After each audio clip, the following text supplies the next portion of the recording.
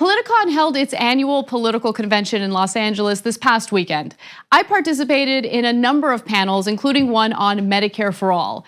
Even though I was the only person defending the legislative proposal to offer universal health care to all Americans, you should definitely check out the discussion on the Young Turks YouTube channel when you get a chance. Just go to youtube.com/theyoungturks.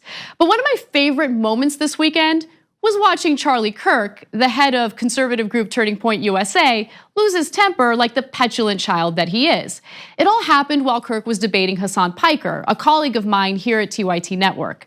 Kirk challenged Piker to disclose his salary or, quote, go live like a socialist. Now, shockingly, Piker obliged and did disclose his salary, even though it wasn't really relevant to the debate. That's when TYT founder and CEO Cenk Uygur, who was sitting in the audience right next to me, asked Kirk to reveal his salary. Finally, Kirk had this hilariously unhinged reaction. The point is larger than that, Charlie. I live like a capitalist every single day, Cenk. I live as a capitalist, okay? I live when I believe. No. What do? I get charity every single year. Hold on. What's my salary? Less than his. Charlie, take a seat. Come on, Cenk, let's go. Charlie, What are you doing? take a seat. Take a seat. Psycho? All right, no. Take a seat. You're gonna take a seat.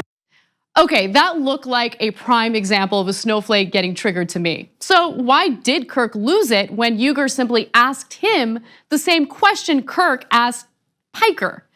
Well, it could be because Charlie Kirk regularly misrepresents where Turning Point gets its funding from. Here's an example from the same explosive exchange. We are funded by the grassroots of this country. You can try to demagogue it all you want. Wait. Did he just really say that Turning Point USA is funded by the grassroots of the country? Because no, it's not. It's actually funded by the very millionaires and billionaires who love the deregulation and tax cuts that further exacerbate income and wealth inequality in the US.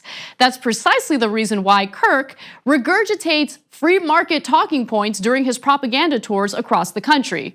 Don't believe me? You know I always come correct with the specifics, so let's get to it. Now, a 2017 International Business Times report lists several of Turning Point's donors, and they're far from grassroots. From 2014 to 2016, the Ed Uland Foundation gave Turning Point USA $275,000, including $175,000 in 2016. Richard Uland, the founder of a lucrative shipping business and president of the foundation named after his father, is a Republican mega donor and a free markets, smaller government crusader from the Chicago area. But there's more. The family foundation of Republican Illinois Governor Bruce Rauner, a former private equity executive worth an estimated $500 million, gave Turning Point USA $150,000 from 2014 to 2015, and that's according to tax records, something that you guys can look up yourselves if you don't trust me. Now, in 2015, Home Depot co-founder Bernie Marcus, his foundation donated $72,600 to Turning Point USA.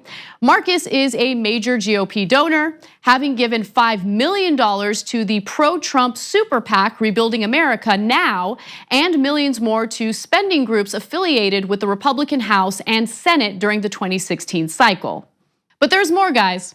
Other GOP mega donors to the group include Henry and Lynn Bradley Foundation and the Richard and Helen DeVos Foundation, named after the in-laws of current Secretary of Education, Betsy DeVos. One other tidbit from Kirk's exchange with Uygur includes his claim that he gives to charity every single year. What do? I get charity every single year. Yeah, not quite, Charlie, unless the charity you're talking about is a foundation that's actually tied to Turning Point USA.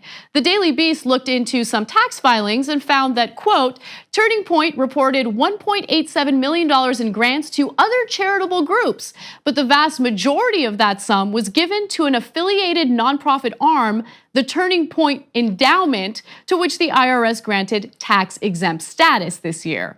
It reported an additional $45,000 in grants to individuals, but the form doesn't list who those individuals are. In other words, Kirk is a liar and a paid shill. I like to think of him as more of a gigolo for the rich. Unfortunately, he is good at basically pulling a fast one on young people who support him. While the college students he spreads his propaganda to will be dealing with the negative ramifications of Trump's tax cuts and deregulation, Kirk has convinced them that the real enemy is the Consumer Financial Protection Bureau, which fought and won hundreds of millions of dollars for students and soldiers who had been defrauded by various businesses. Simply put, Kirk is against the same parts of government that keep his greedy bosses in check. Now, I'm always fair, and I have to point out that Charlie did tell the truth about one thing during his meltdown. I live like a capitalist every single day, Shank. I live as a capitalist, okay? Indeed you do, Charlie. Indeed you do. Oh, did you like that video? Well, that's great, because you never have to miss another episode of No Filter.